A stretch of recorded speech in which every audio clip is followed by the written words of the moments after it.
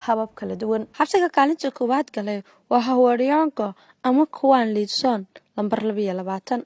Waxa uu ku yaalaa Kuuriyada Waqooyi, waana mid ka mid ah xabsiyada adduunka ugu xun. Waxaa lagu xiraa maxaabiista loo haysto eedeymaha la xiriira arrimaha siyaasadda iyo shaqaalaha dowladda. Dhul buuraley oo aad u sareeya. Qofka ku xiran halkan inuu baxsado waa mid aad u adag. Sidoo kale waxay la kulmaan dhibaatooyin xad dhaaf ah, taasi oo keenaysa in qofku uu ka quusto nolosha. Inaad xorriyadaada dib u hesho waa mid aad u adag. Kaalinta labaad ee xabsiyada adduunka ugu xun waxaa galay Sabarnetia oo ah xabsi ku yaala gudaha waddanka Venezuela. Maadaama Venezuela ay ka mid tahay wadamada adduunka ugu dilwadareedka badan, maahan wax adag in ay yeelato waddanka Venezuela mid ka mid ah xabsiyada adduunka ugu nadaafadda iyo cadaaladda xun. Xabsigan waxaa loogu talagalay qolkii in lagu xiro 4 ruux oo kaliya, waxaana lagu xiraa 70 ruux, taasi oo ka dhigaysa mid ka mid ah nolosha adduunka ugu xun. Waxaa halkan ku jira 3700 oo dambiilayaal ah oo la sheegay in loo haysto dambiyo kala duwan, balse xabsiga sida guud waxaa loogu talagalay 700 oo ruux oo kaliya, taasi oo ka dhigaysa 3 jibaar dadkii loogu talagalay in halkan lagu xiro. Maalinta saddexaadna waxaa galay xabsi ku yaala magaalada New York oo lagu magacaabo Crazy Island. Waxaa lagu xiraa xabsigan maxaabiista xukun sugayaasha ah 1 sano ilaa 3 sano. Xabsigan ayaa hore waxaa loogu soo xiray dad magac ku leh gudaha waddanka Mareykanka iyo sidoo kale guud ahaan adduunka oo ay ka mid yihiin fanaaniin, jilayaal Bollywoodka ah iyo majaajilistayaal.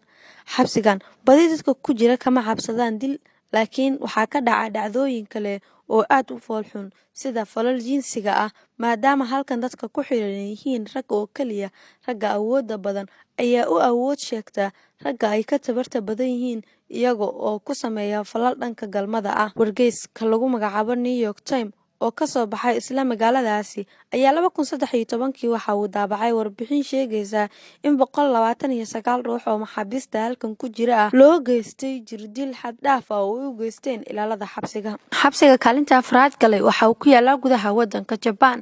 Xabsigan ayaa loo ogaaday kadib markii la sheegay inay ku xiran yihiin maxaabiista loogu talagalay laab inuu yahay mid ka mid ah xabsiyada adduunka ugu xun. Xabsigan oo la dhisay sanadkii 1930 waxaa loogu talagalay in lagu xiro 3500 oo maxaabiis ah, laakiin hadda halkan waxaa ku xiran 8000 oo ruux oo maxaabiis ah, taasi oo ka dhigaysa inuu ka mid yahay mid ka mid ah xabsiyada adduunka ugu xun.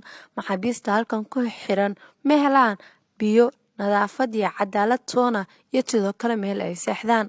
Arrimaha la yaab kale ee xabsigan uu la goonida yahay ugana mid noqda mid ka mid ah xabsiyada adduunka ugu xun ayaa waxa ay tahay in dadka halkan ku xiran in waqtigooda xukunka ay ku qaataan iyagoo taagan, loona ogoleen inay fadhiistaan ama ay jiiftaan. Xabsigan kaliya waxaa laga bixiyaa 24 saac hal cunno, taasi oo aan qofka ku filnayn inuu ku dhargo. Kaalinta shanaad waxaa galay xabsi ku yaala gudaha waddanka Ruushka oo lagu magacaabo Teka Island. Xabsigan ayaa waxaa lagu xiraa maxaabiista ugu badan ee loo haysto dambiyada culculus ee dalka Ruushka, kuwaas oo isugu jira gacan ku dhiiglayaal iyo sidoo kale dad loo haysto falal la xiriira arrimaha siyaasadda.